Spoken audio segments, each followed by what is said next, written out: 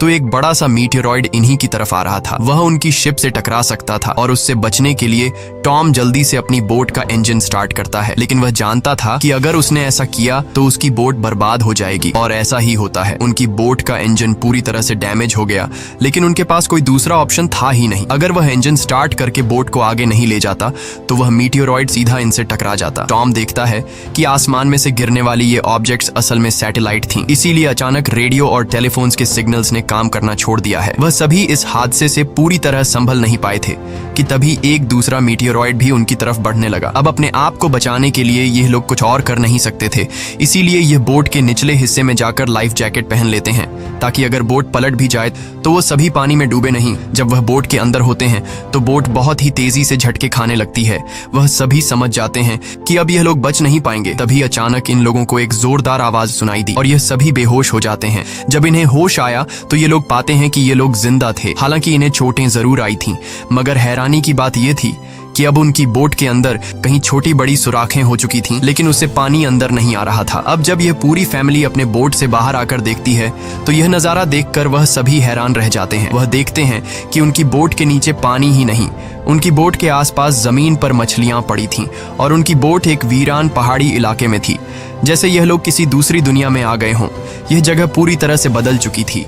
जहां कल रात तक पानी था, वह जगह अब ऊंचे ऊंचे पहाड़ों और गड्ढों की तरह दिख रही थी। वह सभी जल्दी यह बात रियलाइज कर लेते हैं कि वह किसी डिजर्ट में नहीं, बल्कि वह अभी भी समुद्र के बीचों बीच है। बस समुद्र का सारा पानी यहाँ से किसी दूसरी जगह शिफ्ट हो गया है। अब टॉम जल्दी से अपना कंपास निकालता है और डायरेक्शन देखने लगता है, और वह समझ जाता है कि यह जरूर धरती के साथ कुछ गड़बड़ हुई है। धरती के पोल चेंज हो गए हैं। नॉर्थ पोल की जगह साउथ पोल आ गया था, जो कि साउथ पोल की जगह नॉर्थ चला गया था, और इसीलिए जहां पर पहले जमीन पर लोग बसते थे, समुद्र का सारा पानी वहां पर चला गया है और अब समुद्र की जगह जमीन बन चुकी थी। इस चीज का पता लगने के बाद यह सब लोग हैरान रह गए। एक और भयानक बात टॉम ने उन्हें यह बताई कि इस सब के बीच जो इंसान जिंदा जमीन पर थे वह सभी मारे गए होंगे। केसी को यह बात बहुत ज्यादा तकलीफ देती है। वह अपने आप को कैबिन में बंद कर लेती है, क्योंकि उसे पता चल चुका था कि उसका बॉयफ्रेंड अब इस दुनिया में नहीं रहा। लेकिन अब एक और बात थी जो कुछ ही देर बाद उन्हें पता चलने वाली थी, और वह बात सुनकर उनके होश उड़ने वाले थे।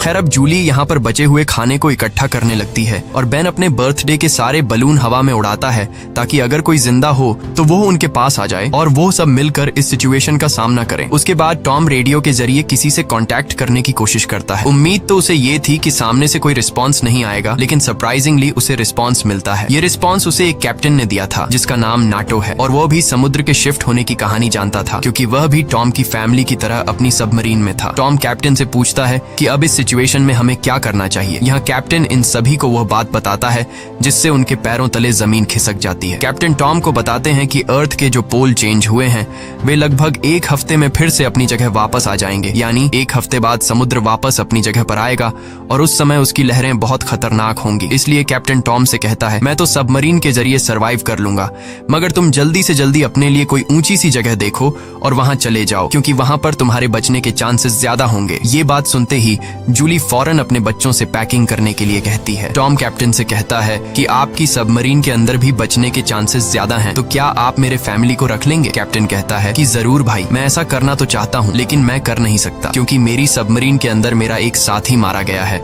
और यहाँ पर सिर्फ 2 लोगों की ही जगह है। मैं एक आदमी को तो रख सकता हूँ, लेकिन फिर भी एक बाहर ही रहेगा। और यहाँ पर टॉम कैप्टन से रिक्वेस्ट करता है कि प्लीज आप मेरे दोनों बच्चों को किसी तरह से रख लें, इसके बदले में आपको हमारे पास बचा सारा खाना दे दूंगा। जिसके बाद कैप्टन उसकी बात मान लेता है और कैप्टन टॉम को मैन्युअली मैप पर अपना लोकेशन समझा देता है। उसके बाद टॉम उस सबमरीन की लोकेशन का अंदाजा लगाता है और वो अपनी वाइफ को बताता है कि हम सिर्फ 2 दिन में वहां तक पहुंच जाएंगे, यानी ये समुद्र का पानी वापस आने से पहले हम अपने बच्चों को सही सलामत वहां तक पहुंचा सकते हैं और इस तरह से हमारे दोनों बच्चों की जान बच सकती है। अगली सुबह ये पूरी फैमिली अपने सफर के लिए तैयार थी, तो टॉम देखता है कि दूर से एक अजीब सा आदमी अपने डॉग के साथ उनकी तरफ चला आ रहा है। टॉम देखता है कि वह आदमी घायल है, इसलिए टॉम ने उसकी मदद करनी चाहिए। वो पानी की बोतल लेकर उसके पास जाता है। इस आदमी ने टॉम का पानी पीने के बाद उसका शुक्रिया अदा करने के बजाय उल्टा उस पर अटैक कर लेता है और ये चीज दूर खड़ी जूली भी देख लेती है। तो आदमी अपने पास पड़े हुए चाकू से टॉम पर हमला करके उसकी जान ले लेता है। उसके बाद वो आदमी जूली की तरफ बढ़ता है। अब अपने हस्बैंड को तो वो नहीं बचा पाई, लेकिन जल्दी से वो बोट के अंदर जाती है और कैबिन में अपने दोनों बच्चों को लॉक कर देती है। उसके बाद वो केसी को एक फ्लेयर गन देती है और कहती है कि इसका यूज तब करना जब हम बहुत ही मुश्किल हालत में हों।